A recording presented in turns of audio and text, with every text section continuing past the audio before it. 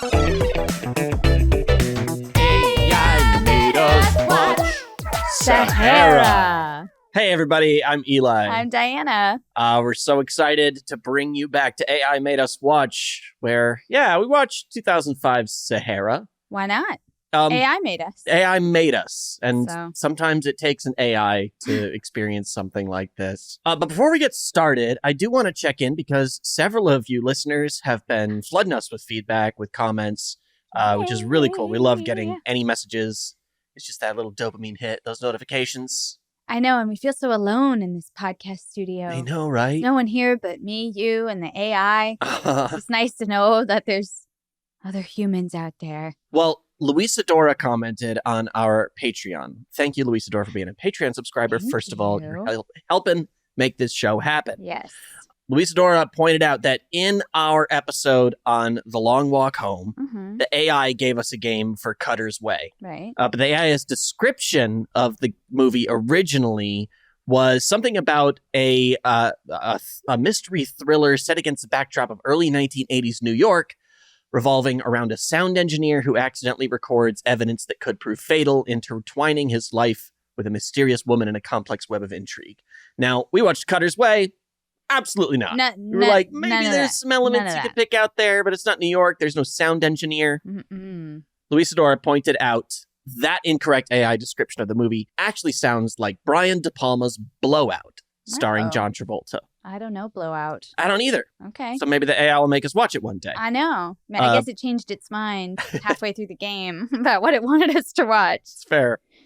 Should point out another Patreon subscriber, Barbara Banks, also pointed out the same thing afterwards. So master. Y'all out here knowing more about movies than we do, that's for sure. I didn't know. Also wanted to say that Robert Diaz on our YouTube channel, thank you for subscribing to our YouTube channel at Becoming Boundless, pointed out on our RoboCop episode, said, quote, Verhoeven has an incredible dark sense of humor, and I love that the guy who gets ventilated, he's talking about the scene of the guy who gets shot up by in the boardroom? In the boardroom, says that he just got engaged during that scene. So it makes it so much more tragic. Oh my God. It is dark. It is sick. Damn. RoboCop is just a mind-opening movie. So you have not watched that. Allow us to make AI tell you to do it.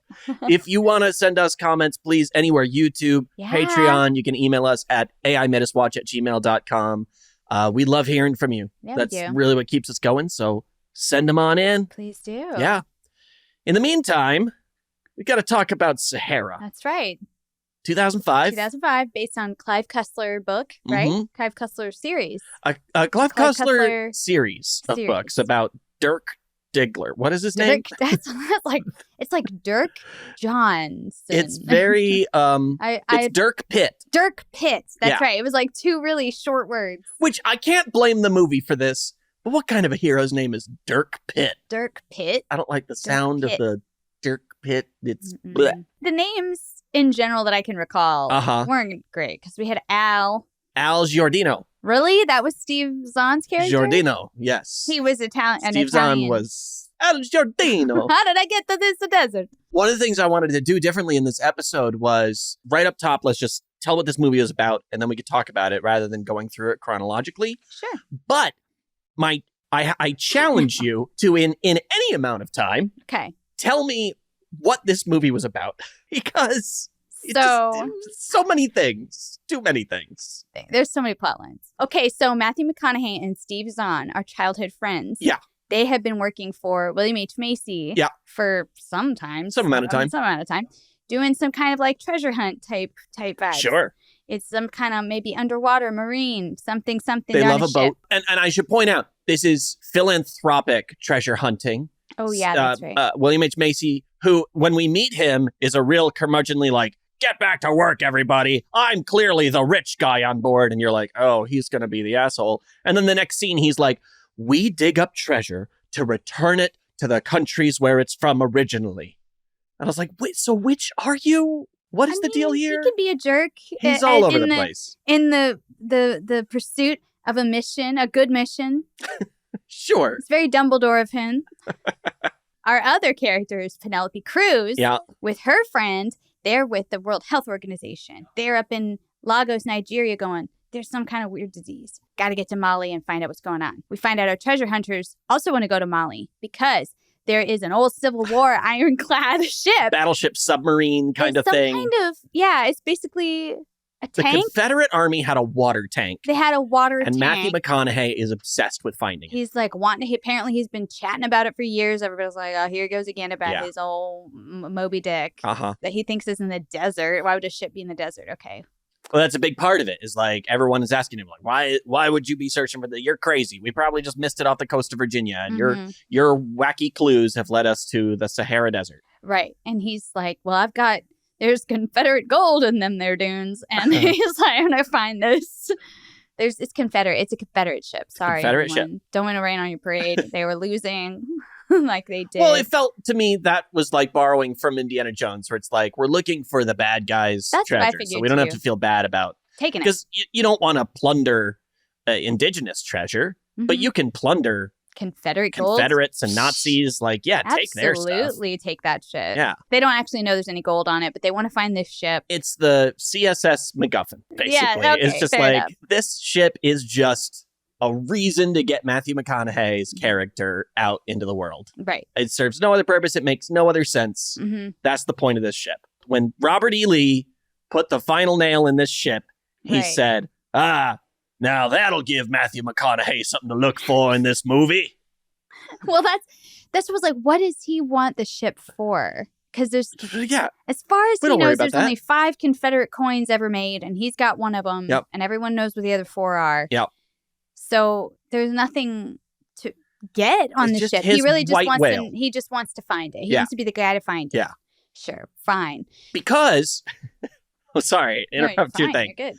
Sometimes Matthew McConaughey is a single-minded, treasure-obsessed money man who's like, I'm going to find this treasure. And sometimes he's like, actually, I'm an action hero who's going to charge into danger and risk my life to save anybody who needs help. It's like his character is everywhere and nowhere all at once. It just keeps changing. I'm like, you gotta be one or the other of these guys. I don't mind if he's Indiana Jones-like and he's just like, through his pursuit of artifacts, he's, circumstantially saving people.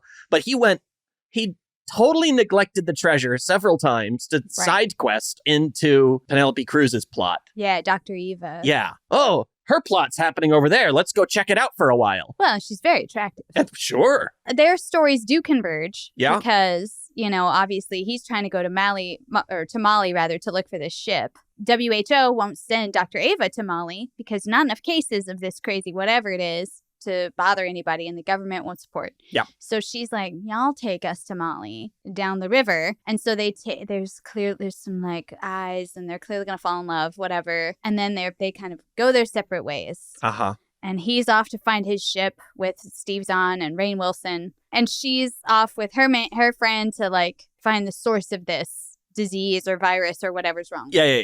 2 minutes left to get to the end of this movie. Oh, shit. All right. Yeah.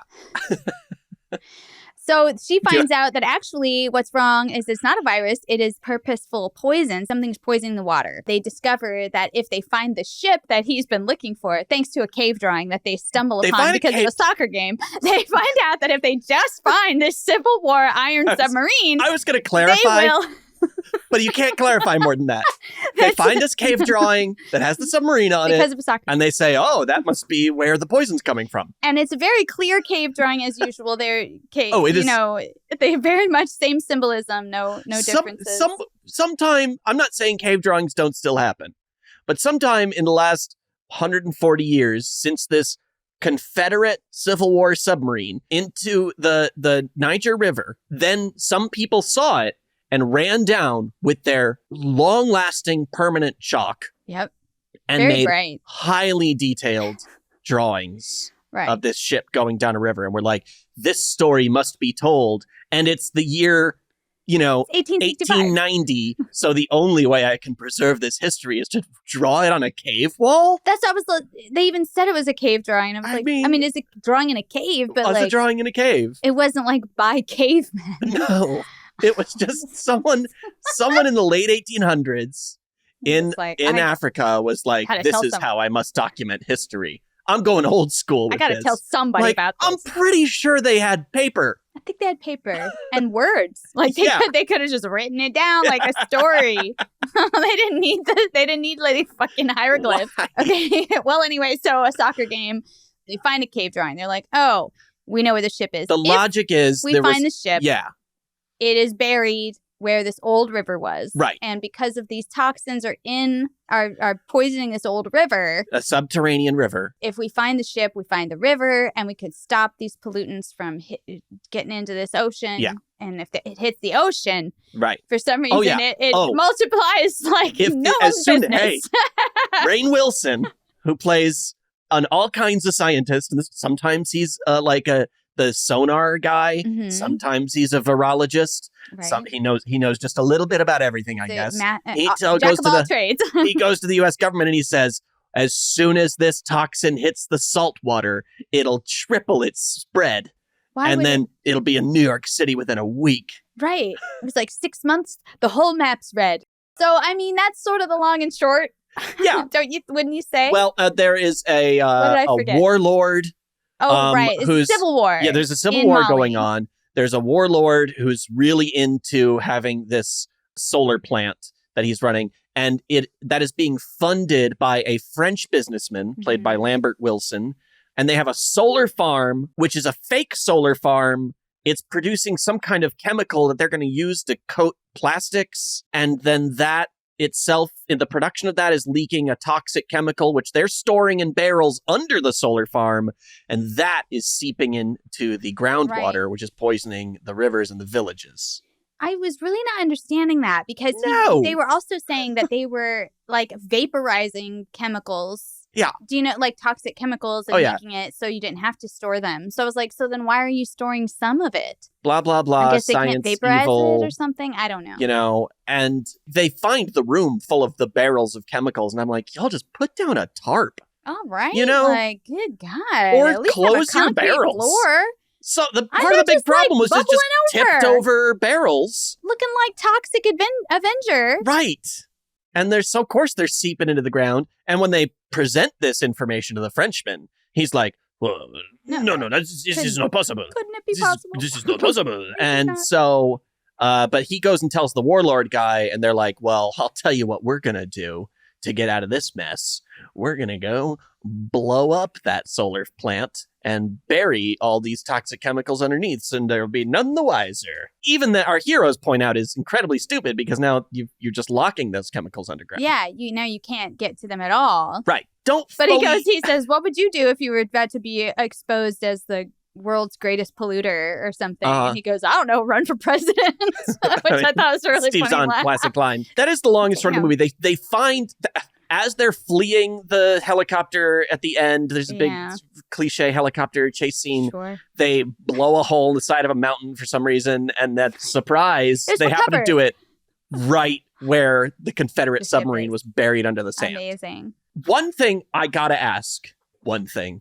So many things I gotta ask. One thing. But on that, much of this movie actually does involve the question, how did this Confederate submarine end up in Africa? I think you're crazy for thinking that. Mm-hmm. You follow all these clues and you think it's there, Matthew McConaughey, but it doesn't make any sense. And then they find it there. He was right all along. But they make no effort to explain how the hell it got there. They're just like, once upon a time, in the cave drawing, remember, it was very clearly explained that some climate change happened and there's sand. There used to be rivers. But also the river's still there. It's just also covered in sand. It's underwater. It's underground. The river is underwater. The river's underground. Look, I get that. I get how the ship got to the actual place where it got buried in the sand. How did it get to Africa? This is an ironclad steam submarine that we saw in like the Louisiana, Richmond, some Virginia. bayous. It was Richmond, Virginia, we watched it go dark in 1865 at the end of the Civil War in Richmond, Virginia. In like a swamp. In the very beginning. That's what it opens up. Yeah. That's what was like, they're not even out in the ocean. They weren't even on the ocean. This is not a transatlantic ocean liner. Jekyll Island. Yeah. This ship does not cross the Atlantic Ocean. It's not meant for that. It's too heavy. It's certainly not supplied for a multi-week trip. It's a tiny little Well, box. they all did on it for sure. Maybe it just drifted to... It just drifted floated to out there. Africa. So anyway, I don't know. I But don't understand. That did not make any sense. No, that was the one thing. A lot of it really did not make any sense. But I did find myself thinking about the Bourne trilogy. Okay. Because it's another hero book series franchise they made into a movie. And I will say, I kind of wish this one had done better just because they had so much more fun. Matthew McConaughey and Steve Zahn are having a blast. Oh, yeah. They're super fun. There's like Iron Man kind of vibes with all their little classic music. And I liked that neither of them were dead weight. They both were they were like a good partnership. Yes. Like Steve Zahn wasn't just... He was not just the comic relief. He actually did quite a lot. Like they needed him, so it's like, this is kind of fun too that they're sort of sharing the heroism with two people between two, instead of like this one super powered sort of man that happens to be able to do it all. Yeah. And how frequently that Matthew McConaughey's character would definitely be wrong. Like his plan would not work out. So there was fun things like that I enjoyed about it. It definitely had notes of The Mummy and Star Wars and Indiana Jones. And it was a fun adventure movie. Mm-hmm. Okay, so I don't particularly like the expression, oh, just turn your brain off and watch this movie. It's fun. Right. Because I like to think like, oh, well, what if a movie could be fun and also be good? It's always my thing. People like... What if? People like, hear me out. What if it was also a good movie? This is my thing with the Jurassic World franchise. People are like, oh, it's just dumb. It's just dinosaurs. What do you want? And I'm like, okay, let me tell you about a movie that was dinosaurs and fun and good. And it's called Jurassic Park. So it's not impossible. So that's my hypercritical thing of this movie is there's like the weird plot dissonance. The number of times they just changed plots, the inconsistencies in the characters and the motivations, all that stuff could have been really cleaned up. Yeah. And you could have had something that had that tone, had that action and adventure, and also was like, oh, I'm invested. I care. I'm excited about what happens from scene to scene is logical, and my brain isn't going, wait, what? Why are we? Yeah. Who is? Yeah. Because that was really the biggest problem with it. There was also a couple of times when it was just like, oh, how did that work? Because it happened off screen. Like there was the real egregious shot was this guard has his gun, right? Uh-huh. He's like looking around. And he turns around and walks away. And then Steve Zahn straight up just comes into camera frame. Like, he must have been next to this guy. There's no way he was anywhere else. Like, so he just pops up in a camera frame. And I was like, that guy's the worst guard ever. Because Steve Zahn was literally hugging him around the waist. Like, there's no other place he could have been. A lot of that. That was just so bad. So much coincidence. Which, again, not outside the realm of an Indiana Jones movie or something like that. Super fun. Sure. But you're right about the just off-screen resolutions to seemingly insurmountable problems. Right. So I'll go through a couple of tiny nitpick things. Okay. Here's one. We first meet Matthew McConaughey, and he's diving off a little raft in the water. Penelope Cruz is on the beach getting harassed by some guards because she's looking into this disease that they don't want her looking into. Matthew McConaughey, like Poseidon, rises from the water and just beats the hell out of these guys. But right before that, we see Matthew McConaughey diving. He climbs back up into his boat. He throws some stuff in the boat that I guess he was looking for seashells or something. And then he spits into the boat. And I was like, my man, you've got the entire ocean around you. Why'd you just spit into your own boat? I did not even notice that. I was thinking about it. It was in the first 5 minutes, and I couldn't stop thinking about it for the rest of the movie. Maybe that's to show you, it's to set up his characters often short-sighted plans. He's like, oh, that was stupid. I guess I should have spit over here. Or his like occasional environmentalism that he has too. That's true. He just suddenly cares about the water. Penelope Cruz, there's a scene where she's climbing down into a well, and there's two guys with the rope lowering her down, and then she slips and falls like 8 feet. Yeah. And my question was, why does she have that much slack? And then she was like, I'm trying to get to the bottom. So I was like, actually, it looked like you got there faster. I'm like, what was the problem? Who needs a rope? Just why was fall, there no tension? Plunge 30 feet down the well and you'll get there real fast. Not saying that. That was annoying because she would get in the bottom And then she puts her mask on, which was so confusing when they decided to wear masks and not. Oh, she's stealing. People would be like coughing and being disgusting, and she would not have a mask on, but she would be somewhere with no one else, and she would put a mask. It was so weird. The toxin poison presents as an illness. That's why the WHO is there. At first, they think it's an illness, but they'll go into a room at one point where so many of the villagers are sick with this, and they've got sores, and they're all hacking and coughing. Yeah. But while she's in, she puts on one glove and is poking around. No mask. I mean, again, 2005 was a different time for virology. I don't know that I would have questioned the mask back then.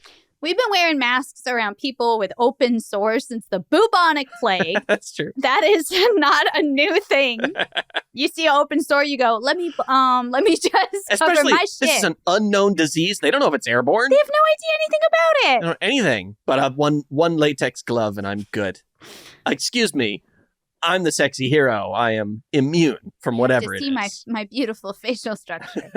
And, for better or worse, this movie is so many cliches, and some of them are fun. Some of them are great.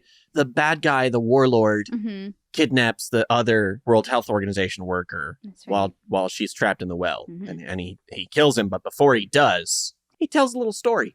Oh, yeah. He's got a little bad guy story to tell. That's Do you know this gun was invented by so-and-so and given to me by such and such? And I think that it's relevant to the story because I'm about to shoot you with it. And I was like, man, a bad guy loves a little story. If a villain in one of these movies, they gotta tell a little story before they do something. I like a little attention. Yeah. While I've got your undivided attention, I'd like to share this anecdote about the time that I think I met Dylan Baker at a bar. And now I will kill you. And now you will die. No, there were tons of cliches. Some of them are fun though. As for sure. Said. I did like our two bros. They had a fun relationship. There's best part of the movie and a second best part of the movie. I think that's it. And no, again, look, I'll say right now, C+, borderline B-. I had a fine good, time. But I'm not mad about watching it. No, like not I at was all. when we watched The Gray Man, for example, where I was angry about it. Oof. Like, I'm not angry. I'm like, sure. I was like, but it wasn't okay, like, would I give anyone an award involved? No. No. And No. I will say, so best part of the movie, I think we can both agree, and let's say it on 1, 2, 3. Steve Zahn. 1000%. Steve Zahn. He gave it Steve to Zahn, you. often the best part of any project he's in, but as a self-proclaimed Zahnstan, this was some top tier Steve Zahn. I mean, a lot of it was just like, do the Steve Zahn thing. Like, for example, whenever he was encountered a threat, he said, "Hi, how are you?" He sure did. He was, "Hi, how are you?" And then he would shoot him. And then he would shoot him or knock him out or whatever. Yeah. Something violent. Yeah, when he popped up out of the screen to that guard and tapped him on the shoulder, basically. Hi, how are you? Hi, how are you? Bonk. He would often be the one to be like, "No, that's a terrible idea." And then he's like, "Well, I'm doing it." And he's like, "All right, I guess I'm going to go be an instrumental part of this plan." Ride or die. He is great. He's having a blast. And I had a blast watching I think to your second point, and related to that, is that the second best part of this movie was Steve Zahn and Matthew McConaughey. Yeah. I thought their chemistry was great. Yeah. I agree with you that their relationship was really fun. That probably made more sense than anything else in the movie, was that these guys, how these guys interacted and cared for each other. And there wasn't the dummy and the action guy. There was, it wasn't that dynamic of like one of them is getting dragged along by the other. They were both very involved. Yes.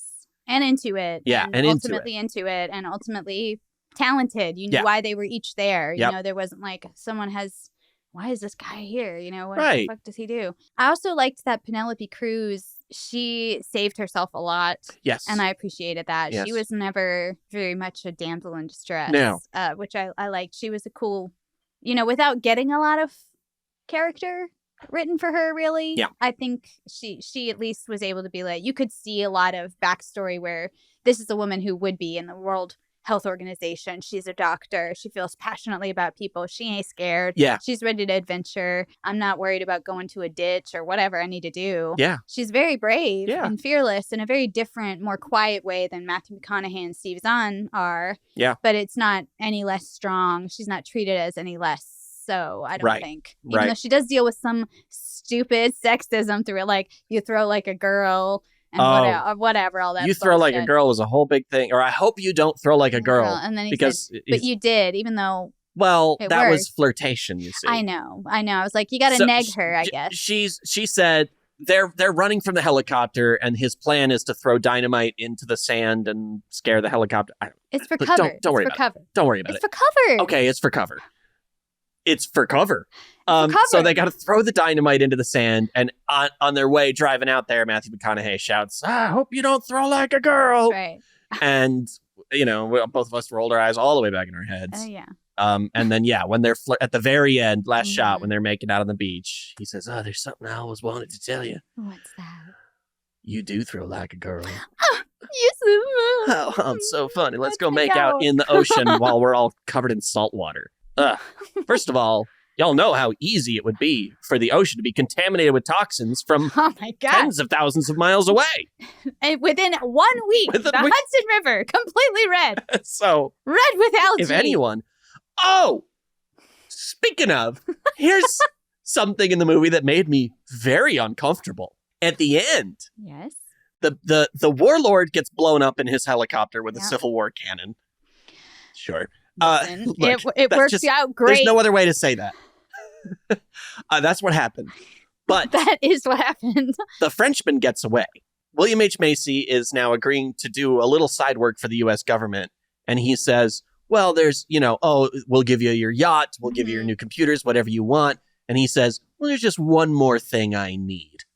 And then we see Delroy Lindo, who was working, I guess, for the U.S. government. And he, disguised as a waiter, goes into the Frenchman's restaurant where he's dining and pours a bottle of water into his glass and then surreptitiously sneaks away, very carefully takes the bottle of water with him and then goes down the elevator and leaves the restaurant. And I was like, did they just give the disease, the toxin to the Frenchman? They did. What? That's definitely what they did. So That's incredibly weird, biblical punishment for this man, like very eye for an eye. Definitely against the Geneva Convention.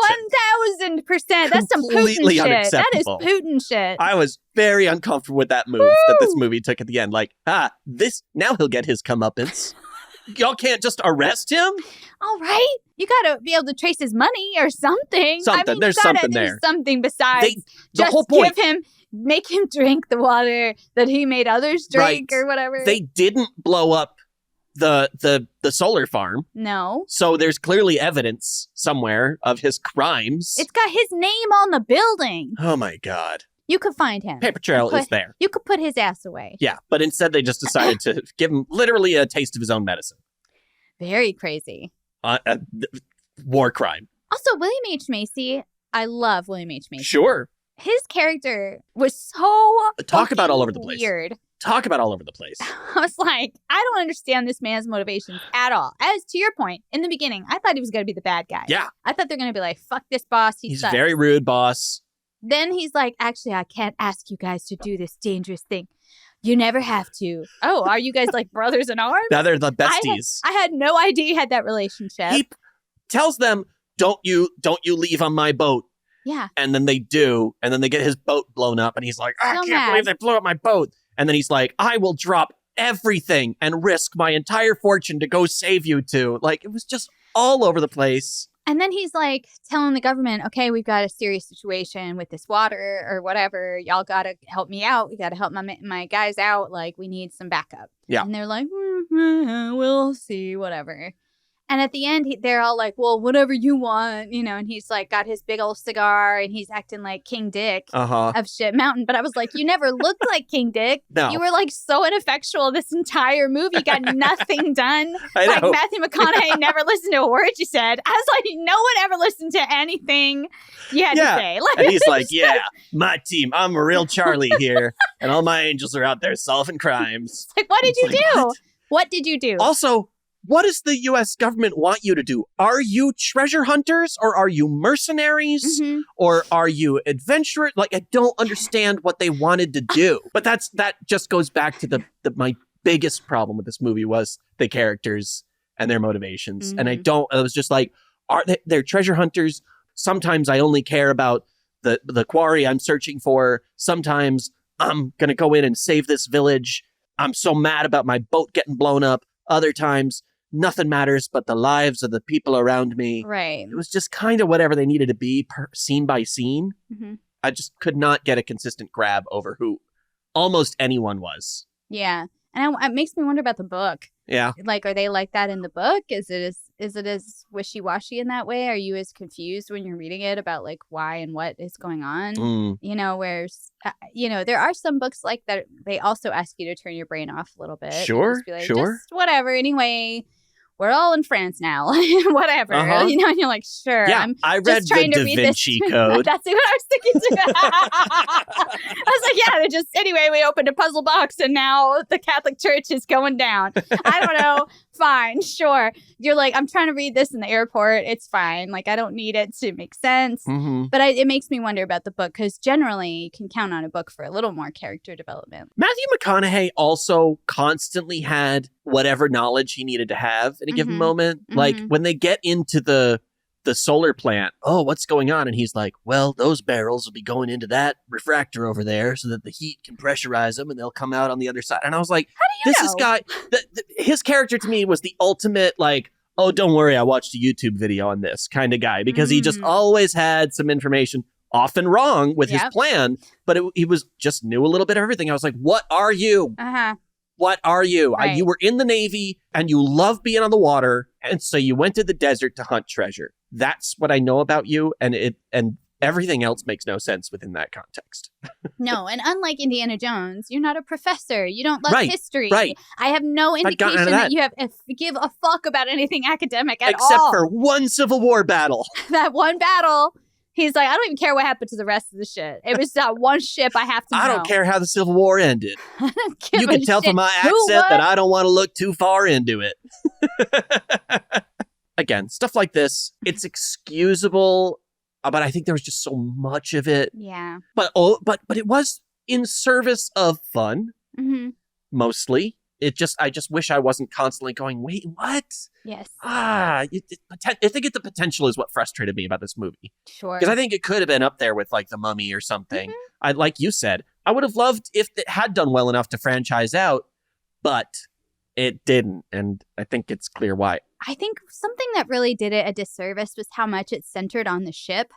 Like, why did it open with the scene from the Civil War? You made me feel like it was so important. And so I just kept wondering, like, what's going to be on Then there wasn't any. It turned out to have treasure on it, but that wasn't any. There was no reason to find it. No. It didn't change the story much, except that it's the only reason they went to Mali. Yeah. So I was just like, I'm telling you, it was not. I don't know. It was so weird that they opened it with this giant Civil War scene and did all that. Which can I talk about the Civil War battle? Surely the most exciting Civil War battle that ever took place. This looked like a space war. It was so high energy and the cannonballs all had like trails on them, like these swirly spiral explosions. Like it looked like a scene out of Dune. Yes. In the Civil War. I was like, this ain't. There's no way a Civil War battle ever felt like this. This ain't accurate. It felt very modern. Yeah. I think it would have been better if they had been like joking a lot about this ship with him, like, oh, his crazy thing. And then he finds this coin. He's like, I've got to go. He's like, fine, take 3 days, but then I've got to have you, and it was just kind of a throwaway about this crazy guy. Yeah. And like, it's this important thing that he needs to find. And it's not. Like, we don't know why it's important to him. That would have helped. He never says why. He could have told. I think it would have been better if, like you said, we don't open with the Confederate sub attack, but we know that he's looking for this ridiculous ship. Because when we see it in the opening scene, now we know it's believable. Yeah. So as opposed to thinking like, man, this guy is obsessed. We could have been on everyone else's side and then be surprised. Yes. And we could have even had him tell the story of the battle and flash back to those scenes. Yes, that's how I would have recut it. Mm-hmm. And then when they find it, all the more surprising is like, holy shit, his white whale was here all along. Right. And it turns out it's important. We have to get there so we can find the source of this toxin. That would have helped a lot more because as it stood, it was the most, again, just the SS MacGuffin, which is the term for a thing that just whatever object in the movie the people are after. Right. It doesn't have to serve a purpose. It's the briefcase in Pulp Fiction is the best example, And so this ship, it served no other purpose. It wasn't woven into the story. And in terms of it being how they saved themselves at the end, you could have written anything there. Yeah. It didn't have to be that sub. And once again, because we knew it was a real thing the whole time, it wasn't exciting when they found it. It was just like, oh yeah, I forgot about that thing. Right. Or even when they found the cave drawing that proved it. Like none of those steps were exciting for us because we're like, yeah, all right. So anyway, I guess you're going to find it at some point in this movie. Right. Otherwise, you would stop mentioning it. I don't know why. Anyway, so yeah, there was just things like that where it's like, I don't know why it felt so much like ringed around this very unimportant detail. Very much so. As y'all know, we watch the movie, we immediately sit down and we talk about it. So we don't typically do a ton of research, talk about the production or anything like that. But our friend James pointed out to me that this movie was chaotic in its production and there was a bunch of scandal around it. And that's the main reason we don't have a franchise from it. The production was greenlit at $80 million and it eventually became a $160 million movie. So double what they budgeted originally. Yikes. The Los Angeles Times, this is from Wikipedia. The Los Angeles Times presented an extensive special report. Among some of the items in the budget were bribes to the Moroccan government where the movie was filmed, some of which may have been legally questionable under American law. So apparently they spent a whole lot of money bribing Morocco to get this movie made. Y'all couldn't find another place to shoot it. Then, to your point from earlier, the author, Cussler, was involved in a lengthy legal proceeding with the producer, Philip Anschutz. Again, this is I'm just reading from Wikipedia here, but in February 2005, Cussler sued Anschutz and Crusader Films for $100 million for failing to consult him on the script. The producer countersued for, quote, alleged blackmail and sabotage attempts against the film prior to its 2005 release. They won. In May of 2007, a jury found in the producer's favor and awarded him $5 million in damages. And in March, the same judge ordered Cussler, the author, to pay $14 million in legal fees to the production company. So a lot of chaos around this movie. Oh my God. A movie that, if I may say, is not worth the chaos. You paid $14 million too much. But it was fun. I mean, I like it. It's fine. It's fine. But it's like remembering that, people back in the day before movies would read for fun. Yeah. And not every book is an improving book for your brain. No, absolutely. Absolutely not. I've long said, okay, when they started making when Crystal Skull came out and, even Dial of Destiny, which I liked. I mean, I was fine with Dial of Destiny. We both enjoyed Dial of Destiny. But even then, I'm like, why does Indiana Jones have a chokehold on this genre of Egyptology and adventuring and digging through tombs and stuff like that? Why make another Indiana Jones? Just make another franchise that's like this. And for that, I respect Sahara for taking the swing. Yeah. I wish it had caught on. I would totally watch more of these movies. Obviously, you want to get some more modern sensibilities in there. So it's not just... a bunch of white people going across the ocean to dig up some. And, this movie wasn't terrible at that, but it was still that. It was still that. It was still that. It was still that. I mean, I was like, there was no black protagonist beyond her friend who got killed and then Delroy Lindo who ends up poisoning a man. Well, there was the leader of the resistance in the Civil War. Even he was just a tool to win at the end. I mean, he didn't have a character. Not admirable necessarily because he was so like, well, I'm not getting involved. And, he just wasn't very courageous. And you could see why, he's in a bad situation. But I was just like, there was not a single African character that seemed to have honor and you know what I mean? It was just kind of just the white people all standing up at the end like, we did it. And one Latina all standing up at the end like, we did it. It required, even the Civil War leader needed Matthew McConaughey's American confidence. Right. You know, his like boost to be like, no, you can do this. I'll do it. Don't worry, I've got a plan that will get your people out. Mm-hmm. You know, when you're ready to give up, right. I'll do it. So yeah, that was, I mean, it was definitely prevalent throughout the movie. And then they do throw one line early on, we mentioned earlier, where William H. Macy says, we're digging up these treasures to return them to the countries they belong to. And I was like, for 2005, that's pretty amazing. That's not bad. You know, back then, I think we were still on the Indiana Jones train of like, that stuff belongs in a museum. The Museum of London. And very specifically, the British Museum. Yeah. Yeah. And I'm like, I did think too, I really liked the line where the bad guy, Kazim, was like, it's Africa. Nobody cares about Africa. Oh, right. And he walks away and I was like, that's a pretty good line. It's one to really, it should stick with you because it's so true. Like he's kind of doesn't care about Africa. And he's like, I know you don't. You're just making money off Africa. Yeah. And World Health Organization, they don't really care about Africa. What are they going to do? Like, yeah. It was just such a first one line. It, kind of put a lot into one line about not only how the West views Africa, but how maybe even Africa views Africa sometimes. They're very much on your own. Yeah. And just like, well, I have to make it work. And how maybe bad people within Africa can take advantage of that to say, yeah, I can commit human atrocities. What are they going to do? Send in the U.S. troops? Oh, yeah. No. Like, you give a fuck about anybody who lives here. Yeah. Very true. Yeah. So I was like, it's interesting. Not that we should be sending in the U.S. troops to Africa to fix problems, because that's obviously never been a very good solution anyway. A terrible idea.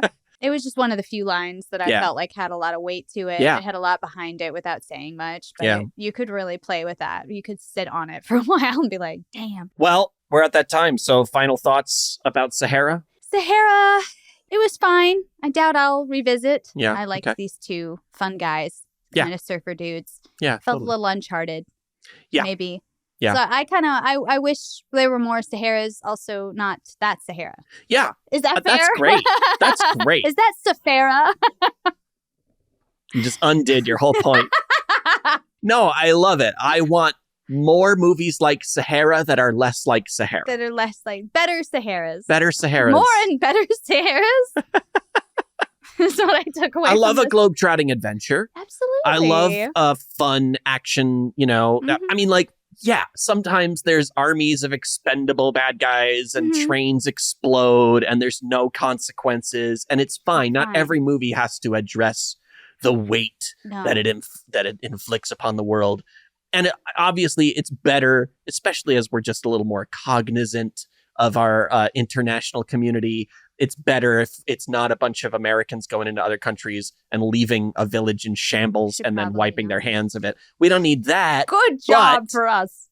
But I do love a globetrotting adventure, and I agree. I think more Saharas that are better would make more movies. I mean, I think that it would bring people out. Yeah. I think if it's a great time. Make good movies, and people will come to the box office to see them.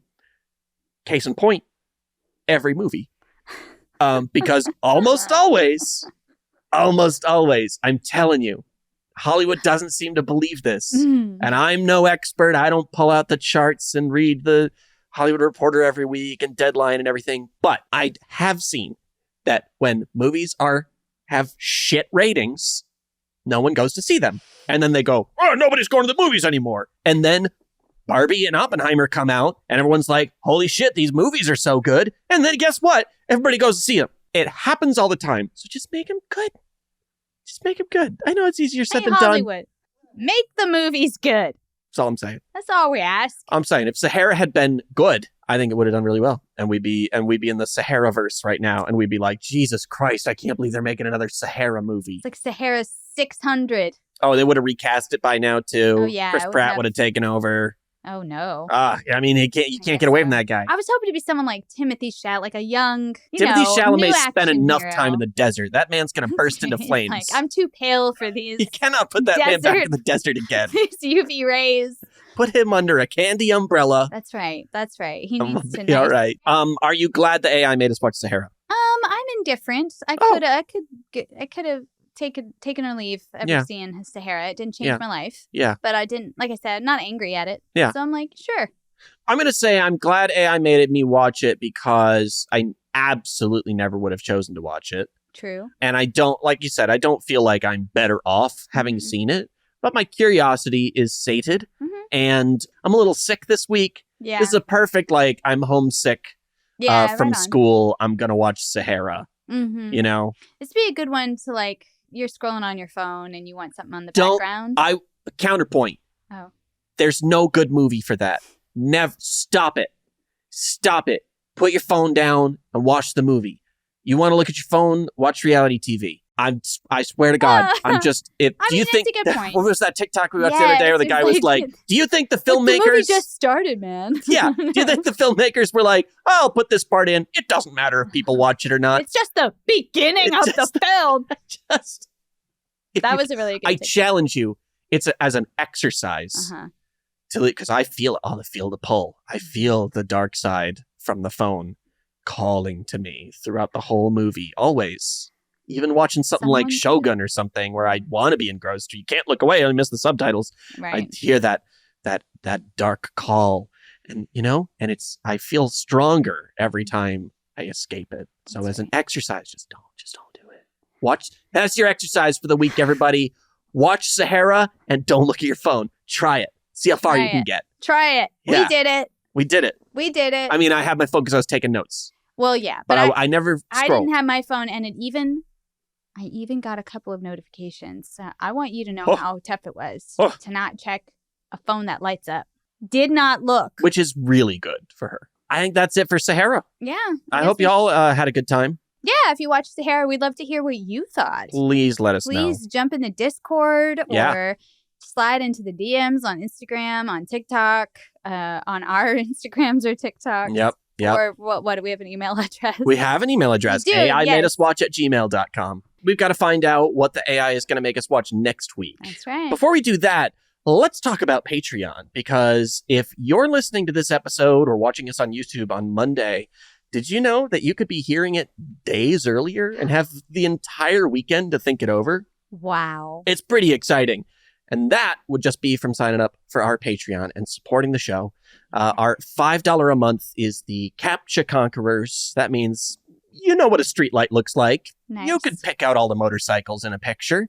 And that is just $5 a month. And that's going to get you every episode early on Fridays instead of Mondays. And once we start running ads, those will be ad-free as well. Right. So it'll happen one day. Get in now. Or if you want to support the show even more, you could be a likely human. That's right. That is our $10 level. And it means that you're probably not AI. You not only get the episode early and eventually ad-free on Fridays, but you will also get your name credited in all of our video episodes. You can also jump into the Discord and vote to influence the AI's choices. And finally, you also get some exclusive outtakes and cut for time clips. You know, we be rambling. So there's plenty left on the cutting room floor that is solid gold, in my opinion. It's been, we've just been doing the show for a month now.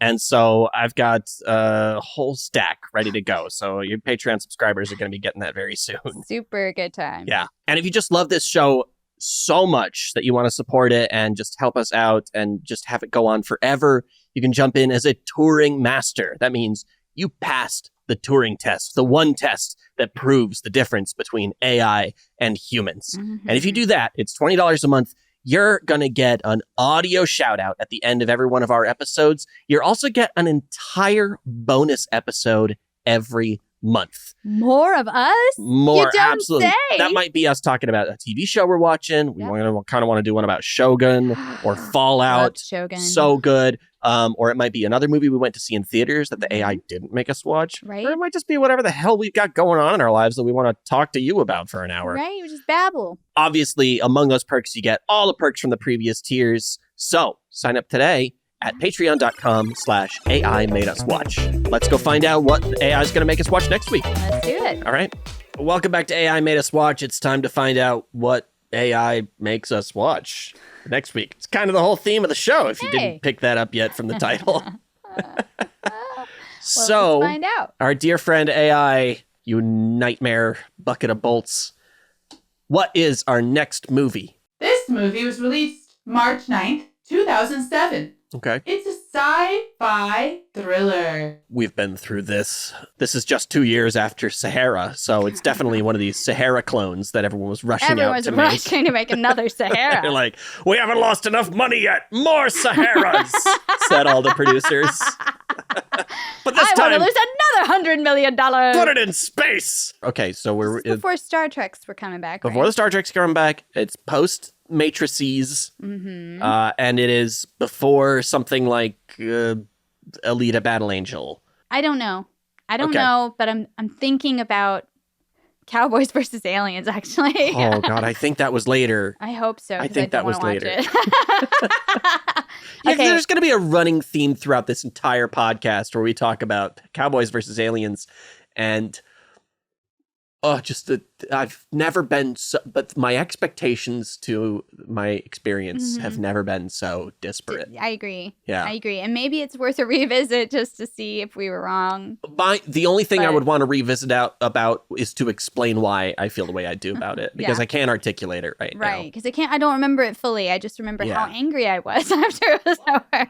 All right. Well, okay. 2007 sci-fi thriller. What studio made this movie? Well, the movie was produced by Touchstone Pictures. All right. Touchstone.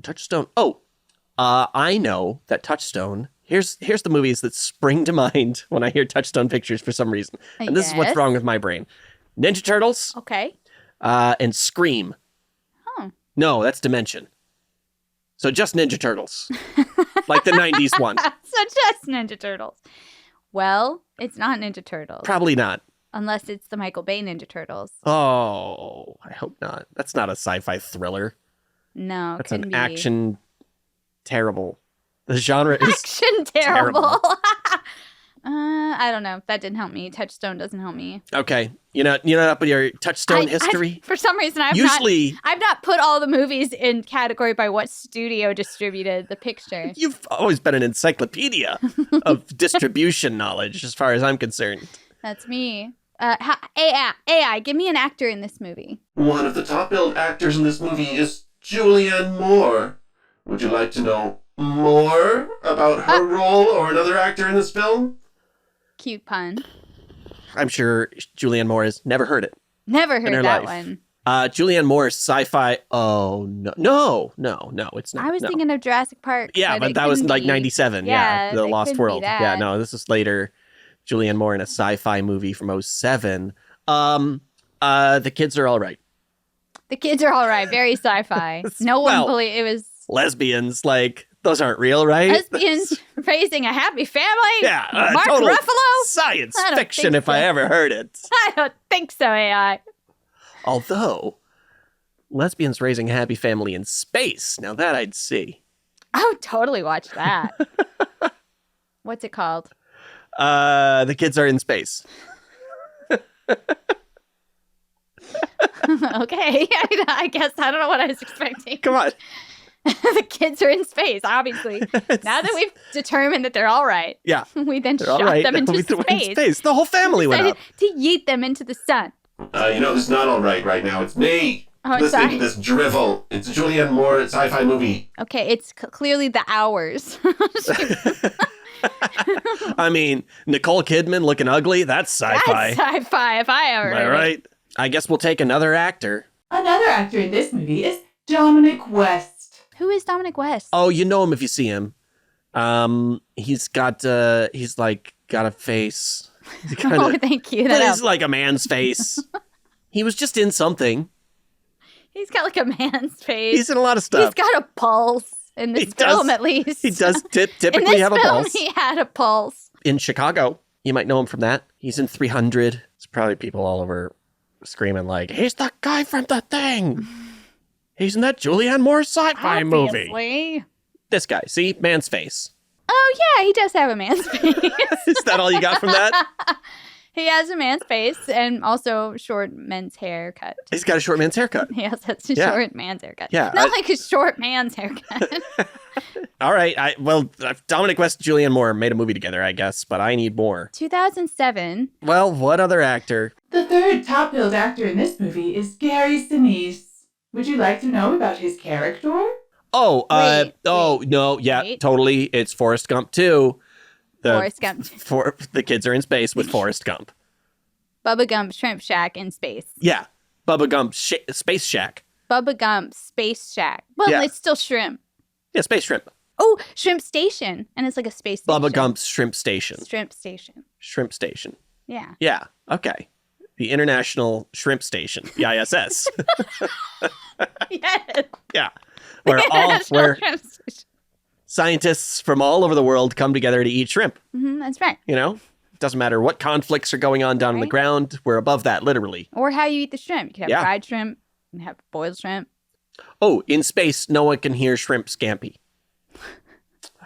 I don't know. I don't think I that's don't the think tagline. that's- Is the tagline for this movie, in space, no one can hear shrimp scampi? The tagline for this, and frankly no movie, is in space no one can hear shrimp scampi. Okay. Fair. That's on me. But you never know. Tell me more about Gary Sinise's character, I guess. Thinking. In the movie, Gary Sinise plays a scientist who helps unravel the mystery central to the plot. His character is critical in understanding the strange occurrences that the protagonist, played by Julianne Moore, experiences. Look, I don't know this movie. She getting like alien encounters or something, and he's somebody. So she's got eggs laid inside of her, Ooh. and Gary Sinise is the doctor who's spent his life studying alien eggs, even though none have ever come. He just knows that one day they will. And so she finds him, and he's like, finally, all my whole life is All justified. My hypothetical research finally pays off. It's like it's like Matthew McConaughey finding the submarine in the Sahara. Right. In fact, Gary Sinise, I think the famous line from that movie, he says, "You're my submarine in the Sahara," to Julianne Moore, and she is very confused because she hadn't seen Sahara. Right, and all of us were, because it didn't do very well. Yeah. They were really banking on that doing well for that reference. A lot of Hollywood was brought down for several years following Sahara because really they were based a lot of expecting movies. big things from Yeah. Sahara. I don't know why, but 07 sci-fi is like, I can't think of a single thing. Gary Sinise post Mission to Mars. I don't know what he was doing, and it wasn't Julianne Moore. I don't think it was Tim Robbins. I can see how you mix confused up Julianne Moore. Tim and Julianne constantly. Yeah, interchangeable, really. In fact, I heard originally in The Kids Are All Right, it was going to be Tim Robbins. But they were like, make it lesbian so that we can No. that old fantasy. Tim Robbins was playing a lesbian. Oh, he was playing lesbian. Yeah. He could do it. Yeah. He could do it. He shouldn't. He shouldn't. He shouldn't do it. Don't you do it, Tim Robbins. I don't know, man. I have no Might have clue. thrown the towel on this one because I feel like someone is at home screaming the title of the movie right now. And we're just letting them down. I don't know, AI. Sorry, I can't guess. What is the movie? No, the movie that you've been failing to guess is The Forgotten. The Forgotten? It really was forgotten. I tell you what, I did not know what the fuck that is. The Forgotten, eh? Let's just make sure this is a real movie. The Forgotten was from 2004. Sci-fi psychological thriller. Julianne Moore, Dominic West, and Gary Sinise. So you're right about that, AI. You're wrong about the year, though. Well, of course I was right about my facts. Not a single one was incorrect. Of course about it. No. You have been wrong on multiple occasions. Yeah, and the year was wrong. The Forgotten was 2004, not 2007. You know, in a cosmic sense, the difference between 2004 and 2007 is completely irrelevant. Do you think there's a big difference between 1804 and 1807? I mean, probably if you lived back then. I mean, yeah, But obviously. like, to my history book, I guess not. All right, everybody, we're going to watch The Forgotten. The Forgotten, starring Julianne Moore and Gary Sinise and Dominic West. I hope y'all are able to watch it too, so that next week you can know what we're talking about. That's right. Thanks so much for tuning in, everybody. AI Made Us Watch is a Squirrels in a Trenchcoat production. I'm Eli Banks. And I'm Diana Banks. Please follow the show on YouTube, on Instagram, and at TikTok at AI Made Us Watch. And you can follow me on Instagram and TikTok at Dynamite Boom. And I'm at Oh Great, It's Eli. This week, of course, we have to shout out our touring masters. Right now, it's Barbara Banks. Remember, you could join our Patreon and be on that list as well, or be one of these names up on the side of the screen that's popping up. There's tons of ways to support besides Patreon. You can also drop us a review, and don't forget to subscribe and follow on Apple Podcasts, Spotify, or wherever real human podcasts are downloaded. Thanks so much, everybody. Bye-bye. Bye. Now we're trying to save the world as we race against the clock.